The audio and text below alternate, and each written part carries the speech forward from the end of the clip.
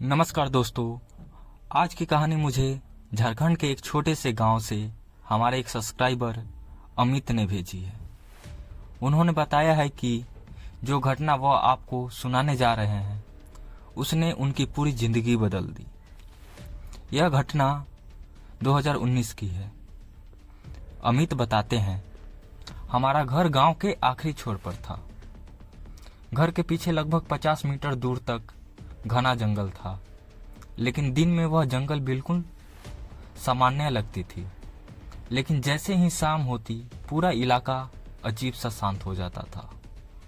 गांव के बुजुर्ग हमेशा कहते थे कि सूर्यास्त के बाद जंगल की तरफ मत जाना, लेकिन हम लोग इन बातों पर कभी विश्वास नहीं करते थे। एक दिन रात करीब 8:30 बजे मैं अपने दोस्त रवि के साथ मोबाइल में गेम खेल रहा था। तभी अचानक बिजली चली गई। नेटवर्क सिर्फ छत पर आता था, इसलिए मैं अकेले छत पर चला गया। छत पर पहुंचते ही मुझे ऐसा महसूस हुआ जैसे कोई जंगल की तरफ से लगातार मुझे देख रहा हो। मैंने कई बार इधर उधर देखा, लेकिन कुछ नहीं दिखाई दिया। मैंने सोचा शायद मेरा वहम होगा। करीब आधा घंटा बीत गया। अचानक जंगल के अंदर से किसी औरत के रोने की आवाज आने लगी। पहले मुझे लगा शायद किसी के घर से आवाज आ रही होगी, लेकिन अगले ही पल वह आवाज इतनी तेज हो गई कि मेरे पूरे शरीर में सिहरन दौड़ गई। मैं तुरंत नीचे भाग आया। घर वालों को बताया तो उन्होंने कहा, रात में जंगल की आवाजें ऐसी ही होती है। मैं भी बात भूल गया, लेकिन असली डर तो अगले दिन शुरू हुआ। रात लगभग 1 बजे मेरी अचानक आंख खुल गई। कमरे का दरवाजा आधा खुला हुआ था और मुझे साफ महसूस हुआ कोई दरवाजे के बाहर खड़ा है। मैंने हिम्मत करके आवाज लगाई, कौन है? लेकिन कोई जवाब नहीं आया। मैं धीरे धीरे दरवाजे तक गया। जैसे ही बाहर देखा, पूरा बरामदा खाली था। मैं वापस बिस्तर पर आकर लेट गया। तभी मेरे कमरे की खिड़की पर किसी ने 3 बार दस्तक दी। मेरी सांसें रुक गई। करीब 2 मिनट बाद सब शांत हो गया। सुबह मैंने खिड़की के बाहर देखा। गीली मिट्टी पर किसी नंगे पैरों के निशान बने हुए थे, लेकिन सबसे अजीब बात यह थी, वे निशान घर की तरफ नहीं बल्कि जंगल की तरफ जा रही थी। उस रात के बाद हर रोज लगभग एक ही समय पर खिड़की पर वही दस्तक सुनाई देने लगी। धीरे धीरे मुझे रात में किसी के चलने की आवाज भी आने लगी। ऐसा लगता था जैसे कोई घर की छत पर धीरे धीरे कदम रख के चल रहा हो। एक रात मैंने तय किया कि आज सच में पता करके रहूंगा।